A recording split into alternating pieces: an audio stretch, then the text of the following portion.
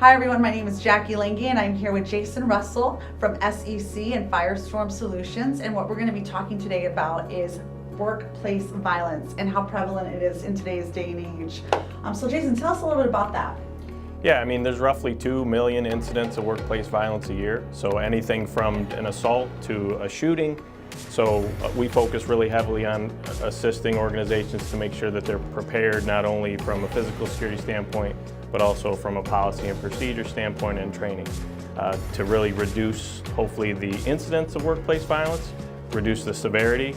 And one of the big things that we focus on is having organizations understand the warning signs of somebody who's kind of going down that path towards committing a violent act. So tell us a little about that. Tell us what to be looking for. So I mean, there's a lot of different, there's fairly consistent behaviors of concern, we call them, that somebody might exhibit when they're kind of going down that path towards violence. So most people don't just wake up in the morning and decide they're going to go, carry out a shooting at their workplace.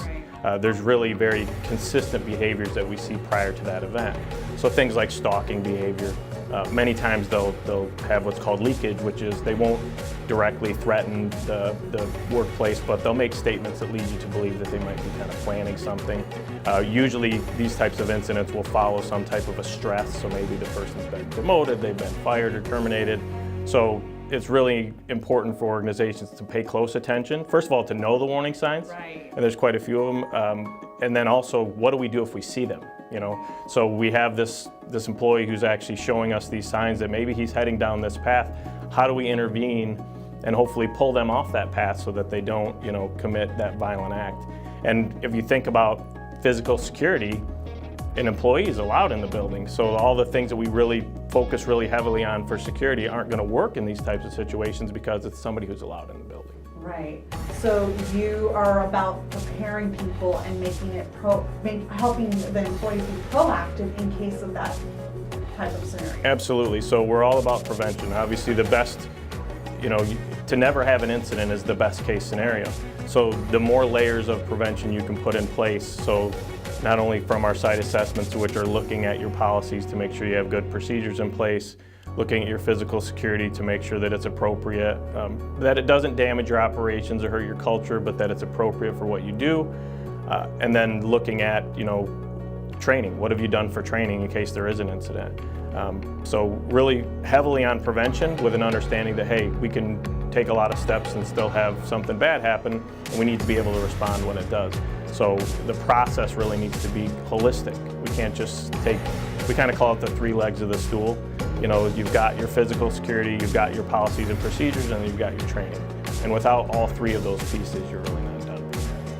And tell me a pain point that you see in so many workplaces in today's world.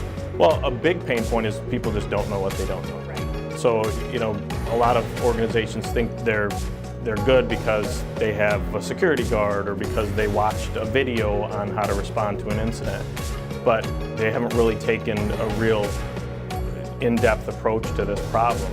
Many times budget is an issue, culture can be an issue. They want to kind of maintain that open and inviting environment, which is fine, but you also need to take some steps to make sure that you're prepared.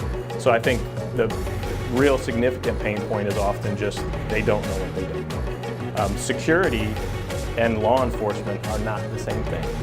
So, I started off my career as a police officer, and what police officers do is respond when there is an incident, right? So you call and, thank God they're there to come and help you. Prevention is a whole different thing. You really need to think about how to put layers in place that can really prevent something from ever happening in the first place. But unfortunately, a lot of organizations think that it's the same. They think law enforcement and security is the exact same thing, and it's really not, unfortunately. So there's a big difference between reactive and proactive. Absolutely. Awesome. So what do you guys do? So what does Firestorm do when they go in, they do an assessment? Tell us a little bit more about the process. Sure. So we always start with assessments, which is really, in order to get you where you need to be, I need to know where you are. Right. So we start with our site assessments, which is really kind of a granular examination of every piece of the safety and security platform or process that you have in place. So we're looking at environment, what's around you that could cause you. We're looking at your physical security, what kind of access control do you have, what kind of locks do you have, all the things that can come into play that can be in the physical world. Then we're looking at policies and procedures, and that's where we really spend most of our time, which is, do you have a plan in place? Do you have proper procedures for responding to an incident? Do you have procedures for maybe even granting entry? Do you have procedures in place for when you terminate an employee? How do you deal with those types of situations? Or when you see the warning signs, when you start to see somebody heading down that path, what do we do? So that's kind of that happens all in the assessment. The second step is to make sure that whatever issues are found in the assessment, we fix. So we'll stay with our clients to really, it's about not just the diagnosis, but also about the treatment, right? So we make the diagnosis, here's your problems, and then here's how you fix those problems. And then the last piece, all of that is tied together with training, which is really the most critical element. Human beings in emergencies don't rise to the occasion, they sink to the level of their training. So you want to make sure that you round everything out with that training piece, which is really kind of what ties it all together.